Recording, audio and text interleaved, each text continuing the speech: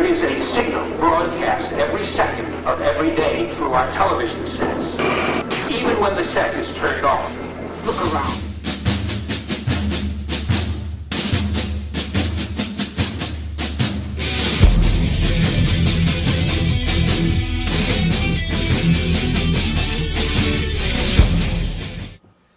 Hey guys, Rob from Georgia here with another video. This time, another little break from my 22 shots of appreciation. I want to just take a quick look at my top 5 films of all time. I mean, this is my list. I mean, this list belongs to me, so it's subjective, but I have reasons for it, and I'll get into that in a second. But so this will be my top 5 films of all time, and this weekend I plan on uploading the next installment of my 22 shots of appreciation, which I always love to throw a quick shout out to Moods and JP and Jeremy, just for all they do with the 22 shots of Moods and Horror, the podcast, and just all they do.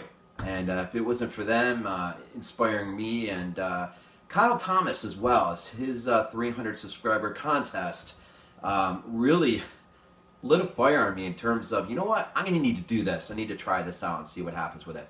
So shout out to Kyle Thomas as well for that contest that he decided to run.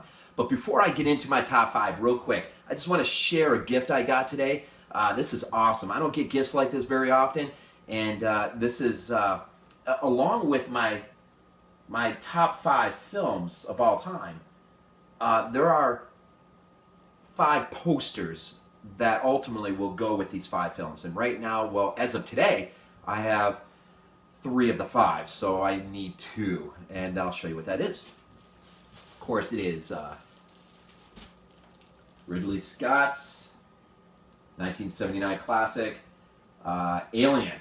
And I didn't want to take it out of the plastic yet. I just like leaving these things in there for a moment, but I hope you could see that. I hope there wasn't a glare on it. But it's custom framed, absolutely beautiful reprint of the theatrical poster of that, and that is absolutely beautiful.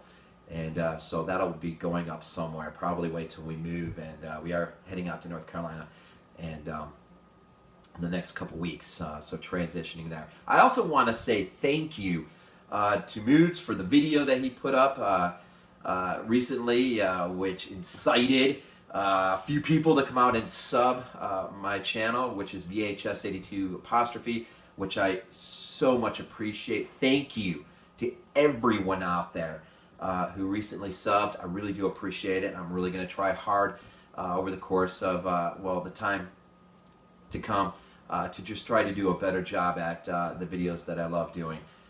Right now really is my 22 shots of appreciation. But today, of course, I want to do something a little different, like my top 10 franchises I did. I'm going to do this. And so we'll see what else happens. But thank you. And if you haven't subbed yet and you want to, please do consider hitting the like button if you decide you like this video. Hasn't really happened yet. And leave a comment. I love reading. I absolutely love reading. I can't get enough of it. My top 5 films of all time. I'm going to date myself a little bit here.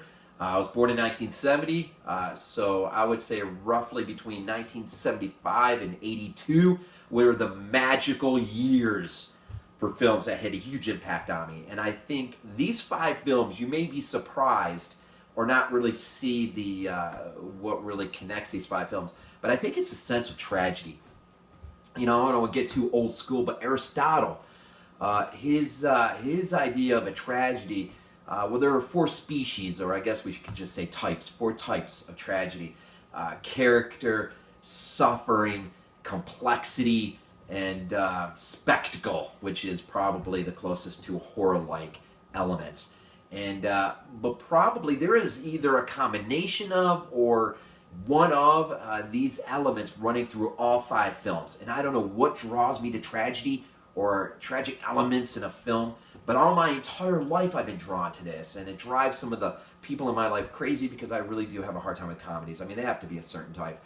But I'm drawn to serious films. I'm drawn to, I guess, just the idea of tragedy. I'm not sure why. Maybe it's just my childhood or whatever. But anyway, so here it is. My top 5 films I'm going to roll through pretty quick. I don't want to keep this video down to a minimum. But 1982, we'll start there, number 5, and these are ranked, unlike my top 10 franchises, which I ranked according to year of the first film of the franchise.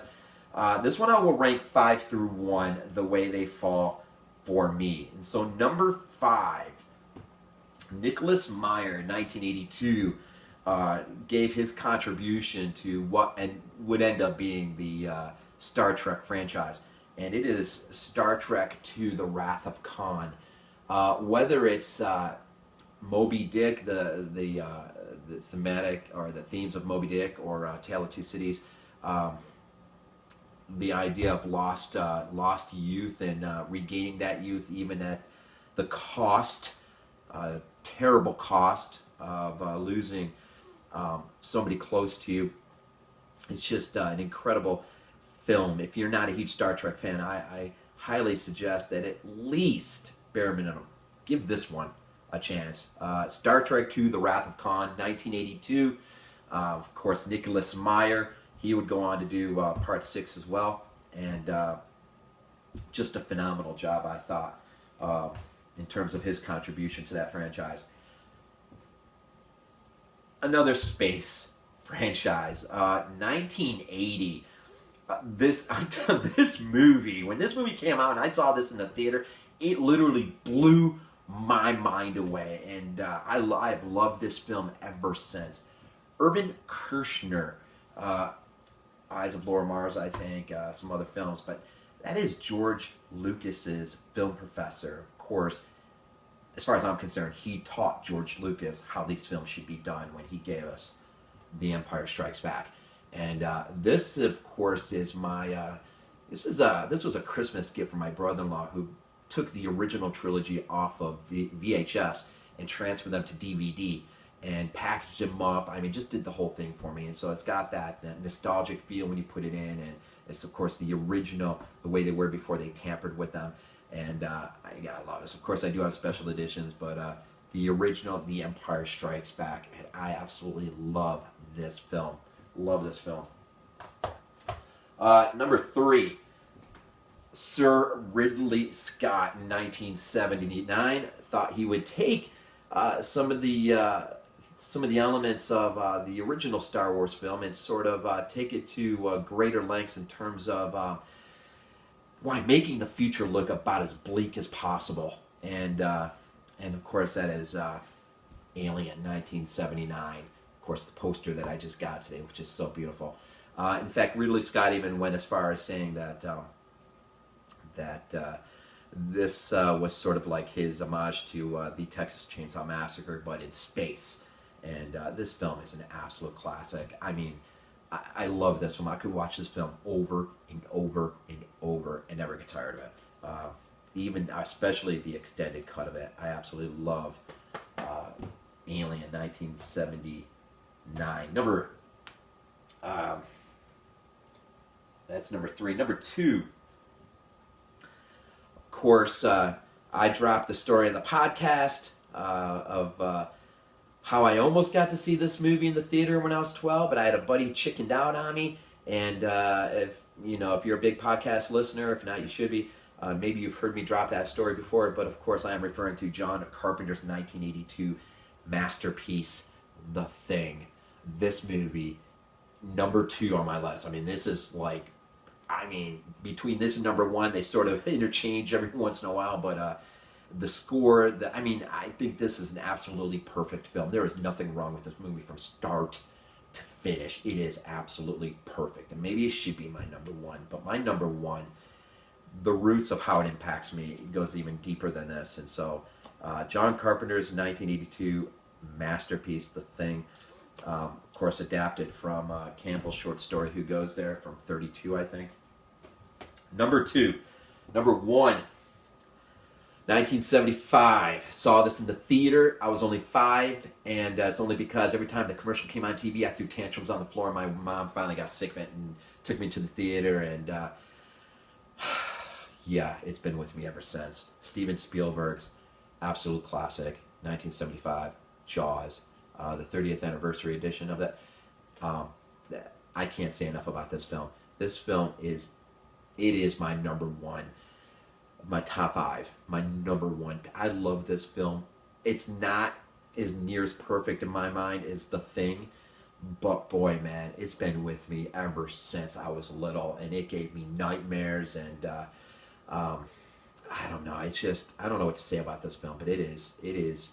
I love it. I never get tired. The only thing that bothers me is you see this film now, like if it runs on Sci-Fi or whatever it runs on. It's not like the old days when I was a kid. And this was like, your ABC Monday night at the movies. I mean, you only got a handful of commercial breaks, and you knew where those commercials were. And the joke growing up always was, even when you were watching on VHS or eventually DVD, you always knew where the commercial breaks were. It's just kind of an odd, weird thing. But Jaws, number 1. So, number 1, Jaws by Steven Spielberg, 1975, 1982. John Carpenter's The Thing, 1979. Ridley Scott's Alien. Number 4, 1980, Irvin Kershner's Empire Strikes Back. And of course, 1982, Nicholas Meyer's entry into the Star Trek franchise with Star Trek II, The Wrath of Khan. My top 5 films of all time. And that is it. It's subjective. It's me. It's who I am. And I love these 5 films more than anything. These are my favorite. These are my top 5. So it is what it is. Hit the like button if you liked it. Comment if you want to comment on anything you thought was interesting. And again, thank you to everyone who has subbed. And I try to return the favor by subbing you guys, and I'll always try to do that. And but again, thanks. And you guys have a great week. And as always, go Bills. One of these days, I'm going to punch you into your business.